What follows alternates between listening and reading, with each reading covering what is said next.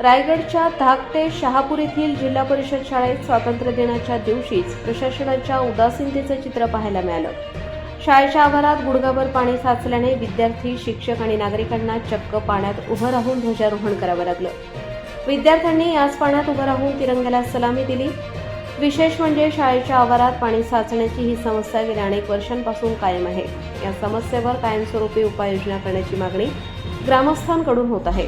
दरम्यान रायगड जिल्हा परिषद सदस्य दिलीप भोईर उर्फ छोटम शेठ यांनी आमदार महेंद्र दळवी आणि स्थानिक पदाधिकाऱ्यांच्या माध्यमातून लवकरच या समस्येवर तोडगा काढण्याचं आश्वासन दिलं आहे।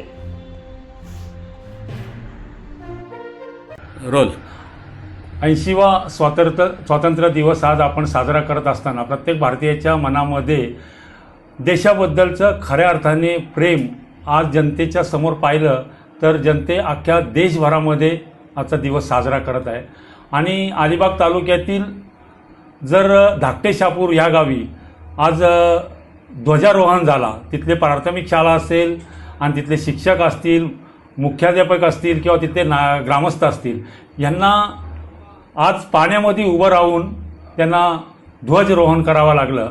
आणि त्याच्यामध्ये तिथले स्थानिक ज्यांच्याकडे अनेक वर्ष सत्ता होती त्यांना ते देखील आजपर्यंत कोणतंही करता आलं नाही। पण नक्कीच ज्या काही व्हिडिओज आल्या किंवा ज्या काही माझ्याकडं लोकांप्रती माहिती आली त्या प्रतीनुसार आम्ही आमदार महेंद्र शेठ दळवी असतील किंवा तिथले स्थानिक सभापती असतील, पंचायत समिती, जिल्हा परिषद, आम्ही एकत्रित येऊन त्याचं नक्कीच त्याचं भराव बाकीच्या साऱ्या गोष्टी पाहून त्याच्यावरती निर्णय घेऊ।